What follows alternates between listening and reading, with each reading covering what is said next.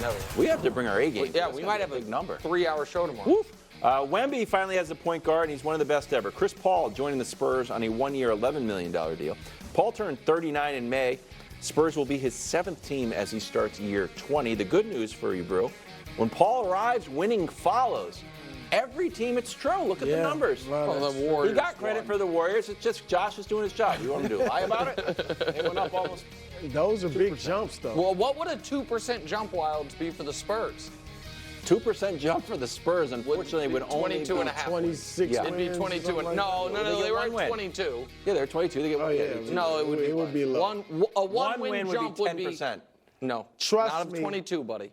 They're jumping 10% way of more 22, than yeah. 2%. Yeah. You better They believe win that. an extra quarter. That's all right. Keep your hate of Wemby. What? Because he's my guy. The guys won 22 games last year. Okay. Can he Okay. sniff I the think playoffs? he bro? won 19. Yeah, he's going to sniff the playoffs this year. Okay. I'm being cautious right now, and I'm going to say, you saw the tears, I'm going to say no. But when we make our preseason predictions, I might put them in. We'll see. I'll say this about What are you Chris Paul. talking about? What are you doing? Because you expect the Spurs to be a Yes, playoff. yes. team. And I just You said, said right sniff now, I'm being cautious. in saying they no. will be in the running, but I'm going to say no. So you're saying no? But no, this is not our official prediction. This know. is just chatter Yeah. in the offseason. In the preseason, when it's time to make our pick, I might put them But in. right now, Right now, I let's said just say, no. right. So right now, No. you don't think they're a playoff team.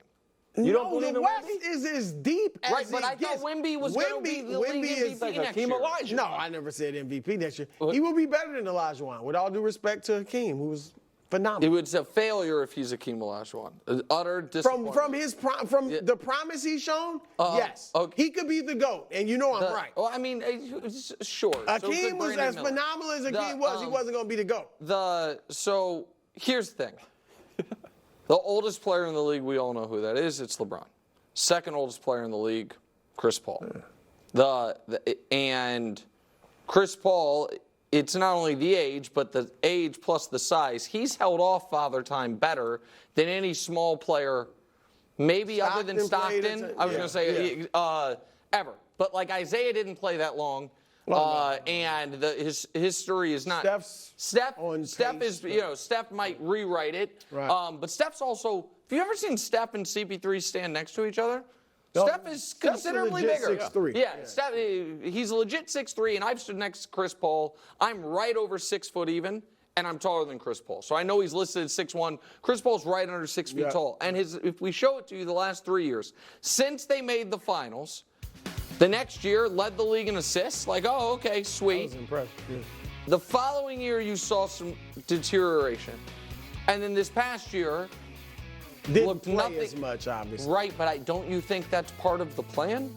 Like, listen, Chris Paul is historically one of the most underrated players ever, in my opinion. Really? I really do believe that. I think he is. I wouldn't say I think he has that's why he's underrated. I think there's an argument. He is an argument that he's the 5th greatest point guard ever. Oh, I love him as a player.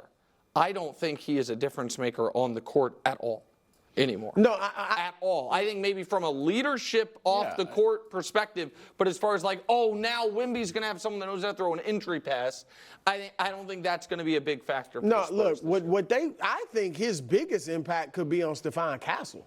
Like teaching him how to be a point guard. I'm down for He's that. 6'6", he wants to play point. Teach him how to play point. Now, Chris has rubbed some teammates the wrong way. I don't want him controlling stuff too much. Let Wemby have his freedom and do him. All right, so I think this is a careful dance you have to do where you don't want Chris coming in and it's not as fun for Wemby anymore. So I think it's a good pickup. I hope Chris can help Stephon Castle become a true point guard. But I tend to agree with him. He'll be fine. He'll help him. But if the announcement was Chris Paul's retiring and is joining the Spurs staff as a coach, everybody would be like, wow, that's amazing. So smart. He's going to make everybody better. So I'm viewing it through that lens. And he'll suit up sometimes and play. Oh, well, that's interesting. well, he may start. Yeah, but the thing is, I think he's going to be their starting point guard. For how many minutes is he going? 22? He's going to play 24 minutes. Okay, all right, sure. Yeah, last year he played 26. I think he'll play 24. Also, they never fit last year. It's strange. Clay would be wearing a Dallas jersey next time we see him after nearly 1,000 games with the Warriors. This trio, Draymond, Steph, and Clay, conclude their run. 6 finals appearances, 4 titles, 720 games together, and 6 most wins by a trio all time. A 718 winning percentage. Are you viewing this as the official end of the Warriors? It's certainly the end of an era. I mean, because their championships, even with Kevin Durant there, because he was there obviously for just the 2, it's about Steph, Clay, and Draymond. Steph and Clay, best backcourt ever. Mark Jackson said it, best shooting backcourt ever early in their career, and they became the best backcourt ever. So in that regard, it's the end of an era. Look, I think the Warriors, they still are going to try to make some moves. The Lowry Markkanen is out there from Utah. I love that. I love that too. I would love it. I don't see how they can get it, but go ahead. It's going to be different. You're right. Yeah. He's a perfect fit if they can get him. Yes. And even if they get him, I think, I think I have. I don't know if I have a graphic on tiers later, but not for this one. But I think that they're. You won't tease the top of the show. There's a graphic coming up. I think that they're basically where they were last year. They're fighting to just get in the postseason. That includes the play-in, not just the real playoffs, but the play-in. 10th, 11th. Yeah, there's a lot of. And by the way, I saw the Markkanen thing as well, but I also saw this weekend that they could have gotten Levine. And they said no to it because, to me, just for Chris Paul or Wiggins. You're right. And then a little salary filler. So that, to me, indicates that Joe Lacob was telling the truth. That their number one goal is to not get under the apron, but to get under the tax. And that this is over. Now, I don't view this as I view this as the end of the end. We know what the beginning of the end was. The beginning of the end was this moment right here, before they played a single game in their title defense. This, as history will tell it, was the beginning of the end of the Warriors. We just didn't know it yet, but it was. And nothing was right ever since then. That year, they, tried to deal with it, and then they go out kind of quietly in round 2 to LeBron and the Lakers. Then next year, we don't have to keep playing this. The next year, they deal with more Draymond-related nonsense, and now they're broken up. One of my biggest takeaways of this deal was, what were the Warriors willing to offer Clay? Like, Josh or Dust, can someone remind me in my ear, what did Malik Monk get? Well, I thought it was 2 years, $48 million. But did Malik Monk, off the top of my head, I thought he got 4 for 78, but maybe I'm wrong on, it is 4 for 78. Yeah. Okay. So that is $19.5 million a year. 3 for 50 from Dallas, I understand state taxes, is $16.7 a year. The Warriors weren't willing to give Klay Thompson Malik Monk money? Like, I understand, not giving him a max. But there was no, all right, man, you are the second or third most important player in the history of the franchise. Steph is still here. We paid Draymond, who's been out of his mind. And so that, to me, signaled this was not purely we can't afford you. It was we are turning the page.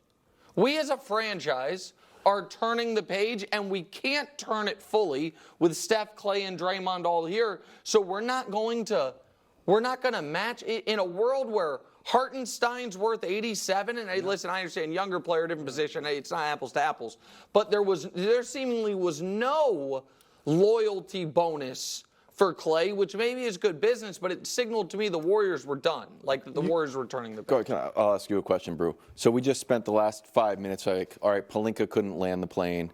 LeBron made the call, couldn't land the plane. Are you surprised? I'll ask you a two-parter, Brew. Pick your question. Are you surprised that Steph didn't throw his body in front of this? And do you think that this will affect, this trio has been together so long, had their highest highs, do you think removing one part of the trio affects the other two guys negatively? That's a great question. Questions. Plural. I'm not going to blame Steph for not jumping into and saying, hey, you got to keep Clay, because it's not like keeping Clay is going to make them a championship contender. All right? And I'm not saying Steph is fine with him leaving. I'm sure he would want him there. But Steph probably also wants to do whatever we can to get back to a championship level. And I think the best thing for him to do probably is to just stay away from it, because it would just be emotional. It'd just be sentimental.